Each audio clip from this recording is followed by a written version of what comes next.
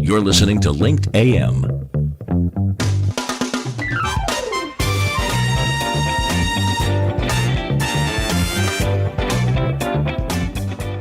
Tell your story on Linked Live and get noticed. You're listening to Karl Wolfenden on the Business Class Show and is not always affiliated with the guests and the topics discussed. Any financial statements are the opinions of the individual, and you should seek professional advice before making any decisions. Upgrade your listening to Business Class, the show that puts you in the big leather comfy seats. So sit back and enjoy our take on the trending business issues of the week. Howdy, folks. Here he is, the Texas Brit, the guy with the stiff upper lip, filling his 10-gallon hat and his cowboy boots, Karl Wolfenden. Good morning, and welcome to Linked AM, and here on Business Class News. And over the past few weeks, we've been talking about businessclasssecurity.com that we just launched a few weeks ago. And over that period, I've had some fantastic guests on talking about AI and talking about sort of how security needs to be integrated into AI, etc. But one of the things, it was funny, we were on the computer looking at images that we wanted to have for business class security, and they were going through different images that we were having, and all the images, when we typed in, because we have this video library for royalty free stuff, and we subscribe to, my designers were showing me these photographs, and it was we put cybersecurity in, and it was all these dark pictures of people on computers with green data on, and they're all in a hood and things like that, and I was sent a book to review the other day. I read the foreword, and guess what? In the foreword, it talks about your image of cybersecurity is hooded people in a dark room, etc. And I went, yeah, that's what we've been seeing, and that's what I keep getting. So I thought, you know what, I'm going to have, and this is the book, Well Aware by George Finney. And I've got him actually on the studio line now. George, thanks for joining me this morning. How are you? I'm great, Karl. How are you doing? Fantastic. Well, what a great book, by the way. I mean, I read this cover to cover, and then I started just making notes, and we'll get into the content of this. But it was surprising when I read that forward and all of the imaging and things like that we've had from when we type in cybersecurity, you have this image, and you talk about it in your forward, or your guest, the guest. What's the gentleman's name again? He's he goes by Val. He's Val. the president and co-founder of the Cyber Future Foundation. What a great forward that was, because it set the scene. Totally. I mean, I love Val, and he works for Ernst & Young as his day job, but we really just hit it off, and his experience is very similar to mine. Really, I mean, I think the key to improving security isn't necessarily, I mean, we need technology, we need to make it better, but really, it's about people. When we're in our communities, we're in our organizations, our families, we have to protect one another, and I think sometimes we forget that because we're so excited about new technologies, or social media or whatever it is, but really what it comes back down to is the human factor. Unfortunately, I don't think we're doing quite enough to educate folks and to help them change their behaviors. Well, I think you've done a great job by this book, because the whole sort of content of the book is your experience. I mean, you're the chief security officer over SMU. I mean, my goodness, here in Dallas. Yep. And of course, you're the author of that book. And the experience that you've got and you've had, you put into this book, and you've boiled it down into 9 habits, haven't you? 9 habits that you just have into, and I love that. Well, I've shamelessly stolen Stephen Covey's 7 Habits idea. But really, I mean, I did that. I mean, I wrote it the way I did because that's how people want to be engaged. They want to read that. They want to hear stories about successful people in order to emulate those behaviors. And if we're going to have success at changing, our cybersecurity outcomes, right, to make us all more secure, really it boils down to changing habits. And that concept is just fundamental. But you have to make it, approachable. You have to make it, not about, the ones and zeros. It really has to be about people's stories, and that's what I think sticks with people. Well, it does. I mean, if people are watching this show on a regular basis, a year ago, maybe a couple of years ago, they all seem to be flowing into each other these days. It really does. But we talked about that you've got to get into the habit of marketing. So when we were talking about marketing, you've got to get into this flow. You've got to say, okay, I'm not, because we were going through this stage where everybody was tweeting and posting and everything, and we were saying, stop. You've got to get into a habit of doing a sort of a schedule of things. And if you get into that habit, then it becomes natural. So it makes complete sense, because, I wrote down when I was reading the book, I was like, I wrote down, the reality is that it's not all covert people in dark rooms. It's the problem is that we've got so much data out there. And guess what? Humans are the ones that are logging on, responding to emails, etc. And, if there's a weak link in the chain, it's unfortunately our human nature. We all are inquisitive, aren't we? And we want to, I'll click on that because that looks really cool. Or, I'm about to win $1 million. Yeah, click on that link, sort of thing. So we won't be able to get to all 9 sort of habits. But I mean, you've made a lovely little note in the front of the book. Security is everyone's job. So that's very true. Literacy. What do you mean by literacy? That's your first habit. So when I talk about literacy, what we typically think of, or you think of security awareness training or any security training you might have gone through. I think the assumption is to be, security literate, you have to know everything that there is to know about security. And I challenge that assumption in the book, right? So when you think about the definition of literacy, it's not that we know everything already, right? It's that you can just recognize the words on the page in order to create understanding, to create meaning. And in that context, right, cybersecurity literacy, requires that you have a foundation of knowledge to start to put things together. But it doesn't mean that you have to be a security practitioner to understand it. And in the book, I tell the story of the Girl Scouts. Yes. And so I had this wonderful interview with the CEO of the Girl Scouts. She is literally a former rocket scientist at JPL, who had an amazing career and wound up at the Girl Scouts. But when she sat down with the Girl Scouts, they had this awesome presentation that they gave to her, and that they wanted to do this whole merit badge program and kind of revitalize it, and they wanted to roll it out. This was back in 2016. They wanted to roll it out in 2025, and she's like, "Hang on, this cell phone that I have in my hand didn't exist 10 years ago. So what are we doing?" And so I mean, it's just a cool story. They adopted an agile business model, right? And they went back, shocker, and asked, what their customers, what the girls wanted. And so, it was, I mean, this blows my mind, Karl, because the 5-year-old girls to 15-year-old, what they wanted, the first thing they wanted was a cybersecurity merit badge. Fantastic. Because, right. I mean, they know that they're online. They know they need to be safe. They know there are weird people out there doing terrible things. And how do I protect myself?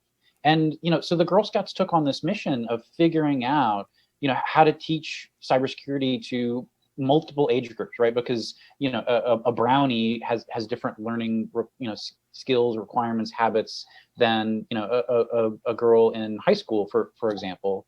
So they partnered with one of the best cybersecurity companies out there. And their approach, though, was amazing. And they call this approach fearless learning, because they know that if one of their Girl Scouts is in a fearful position, they're not going to learn. And I think we can take that that lesson back to our own lives. As adults, as employees, if we're in a situation where our environment is uncertain, if we're afraid, we're not going to be able to learn those lessons. We're not going to be able to change our habits. So really, literacy is the foundation, but it requires that we stop using fear in cybersecurity. And that's, I think, one of the biggest hurdles that we have, is because we use fear so much in security to get people to not do the bad things.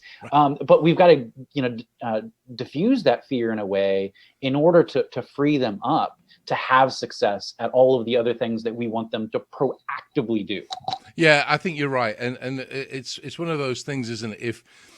If you can get over that that fear, as such as you just said, people are going to embrace what they have to do, and that's the habits that you talk about is very much that. Now, skepticism, that's a big thing. So people are skeptical, aren't they, about what's going on? So explain a bit about that.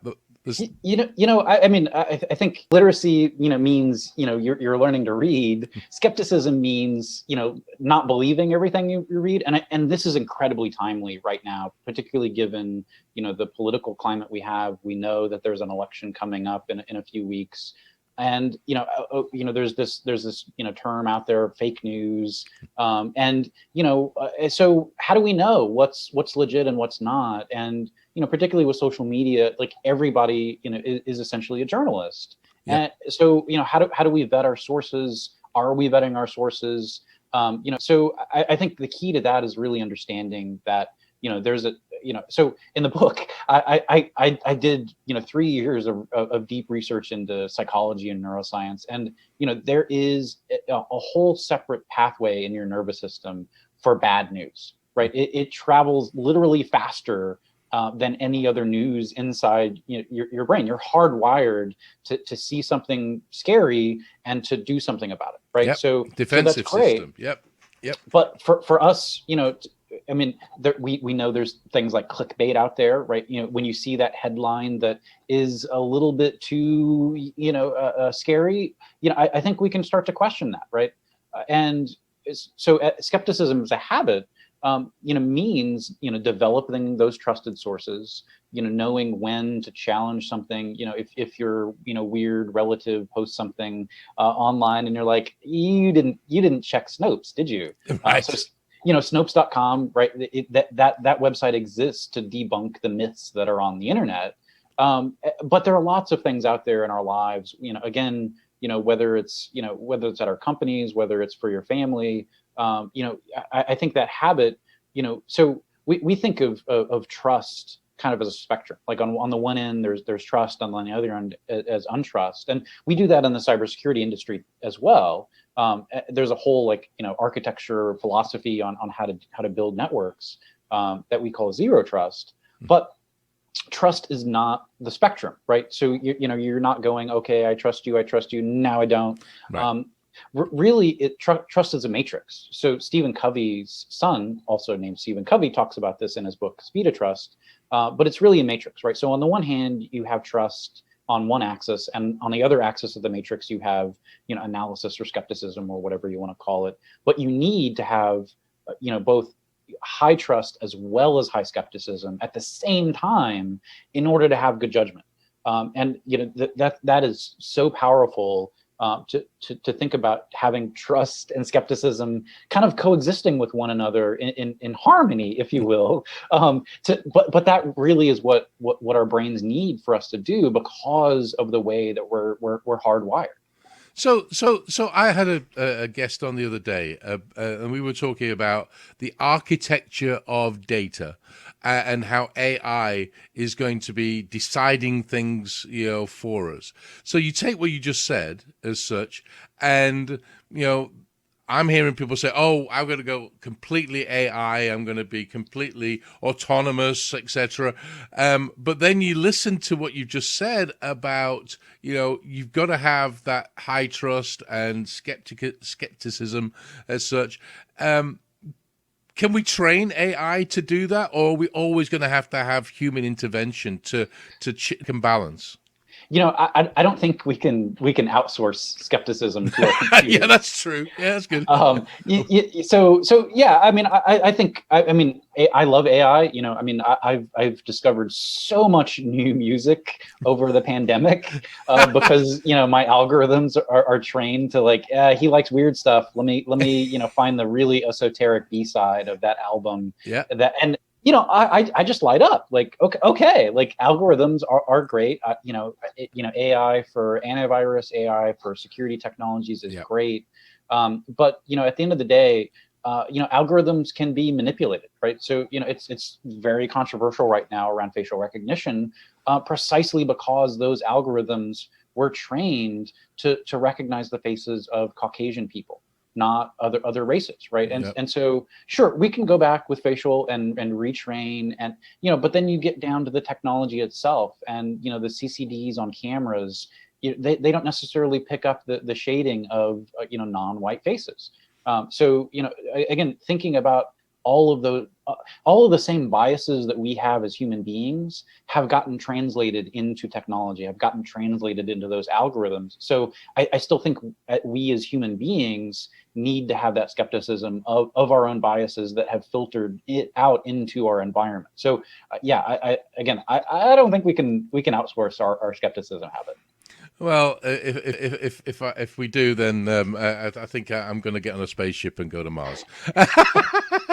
I might get on Voltron's rocket there and just go on. I love that background, by the way. Literally, I mean, unfortunately, we're coming towards the end of the segment, but I know what I got out of this book, which was just very well written and made me and hey.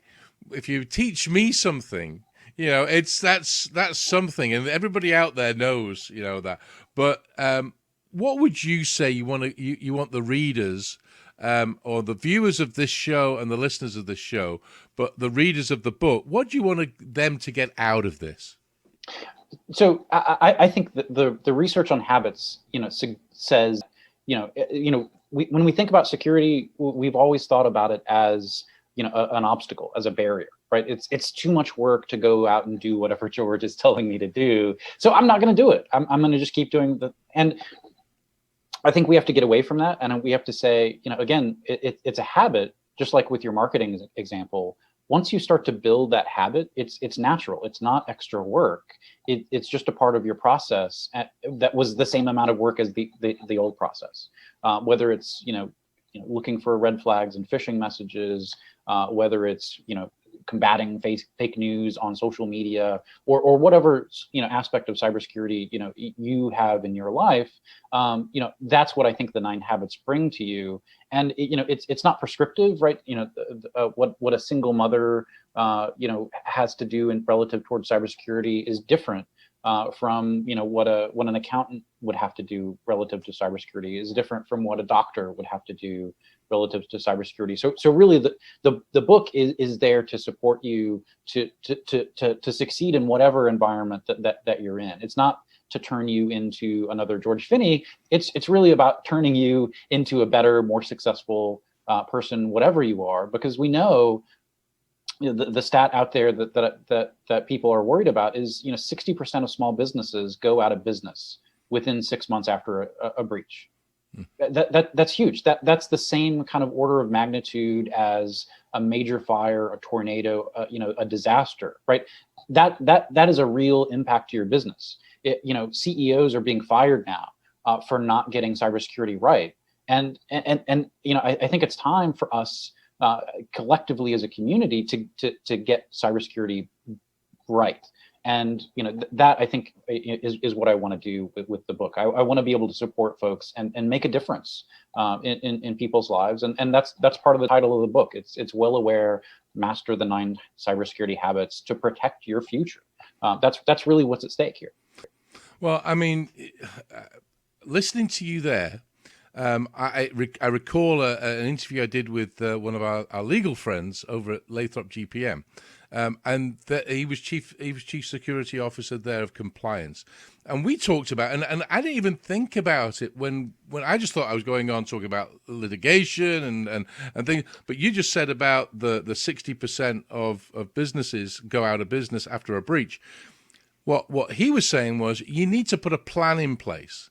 You have to put a plan in place in case something happens, or even before, and start doing practice drills, etc.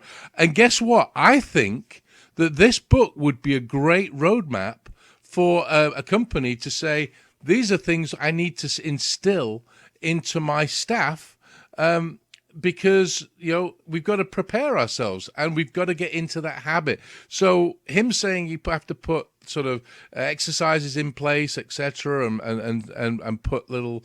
He talked about putting a document together of what you're going to do. I think these 9 habits, they should get hold of this book and use it as part of a playbook. Yeah, that's fantastic. I think what you're talking is actually the habit 6, the habit of diligence. Yes. But really, he's right. I mean, you have to prepare before, and I think the challenge with other approaches, there are multiple cybersecurity frameworks, the NIST framework kind of being the most applicable of all of them. Those frameworks apply to your whole organization, which are great, and we need those. But your organization is made up of individuals. And the research says that 90% of your daily behaviors, 90% of them are based on habits, right? If we're not looking closely at individually our habits, and we all have different ones, we have different anchors and cues, we all respond to different rewards or incentives. We've got to look at those individually with every person, and to be successful at that, you have to think about that for yourself. It's not something that someone else can really do for you. Fantastic. Well, George, thank you so much for spending the time with me, and thank you for writing the book. I mean, that really, again, as you said in your little, I like how you sort of autographed it for me. Security is everyone's job, and that's absolutely true. And totally. I wanted to applaud you for doing that, and thank you for joining me this morning. Thank you so much for having me, Karl.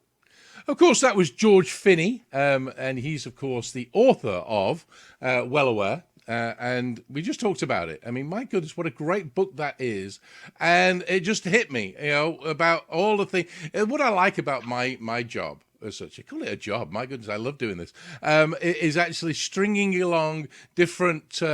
together different conversations. And I just realized that this would be a great playbook, for people that want to instill habits within a workforce. But as George says, it's not just people in the workforce, it's people that live at home, because identity theft is rising, and we have to start to protect ourselves. And if we don't get into those habits, then unfortunately, you may find yourself on a credit card somewhere, which you shouldn't be. So you've got to be very careful out there. And as I say, as I always say to my viewers, my listeners, go out there, have some fun, and make some money, because we're in business together, aren't we? And the thing is, you've got to be safe. Safe in the pandemic, but safe in cyberspace. So please look at these habits, get hold of the book, because it's a great read and you'll learn something. Thanks so much. Goodbye.